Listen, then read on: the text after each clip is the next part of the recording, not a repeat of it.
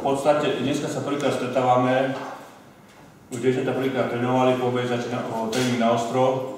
Ako všetci viete, v podstate máme nového trénera v Michalovciach, ktorého medzi nami srdečne vítam, pán Bura. Máme nového manažera od 1. júla, pána Čurného. Vy ho poznáte lepšie ako my, je to z vašich radov. Verím, že takisto, ako bol dobrý redaktor, že bude ešte lepší manažer hráčskeho klubu. A vítam aj nového asistenta, pána Hlavatého. Takisto všetci ho poznáte, trénuje to nejaký čas. Verím, že nadráže na úspechy, ktoré tu doteraz boli. Chcem povedať jednu vec, tí, ktorí sledujete šport, ja hovorím, že Michalovce sú stali hlavným mestom hádzané.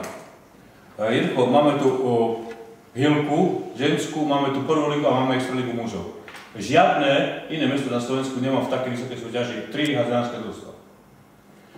Plus úspech, ktorý Juventa dosiahla v predchádzajúcom roku, nás k dačomu zavezuje. Samozrejme, sme si vedomi jedného, že rok roku nie je bratom, čiže budeme rád, ak udržíme ženskú hádzanú minimálne také rovne, ako bolo doteraz.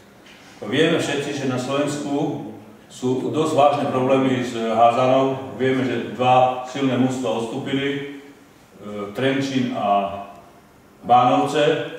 V podstate Inter SKP prechádza na amatérskú bázu, tiež sú tam problémy.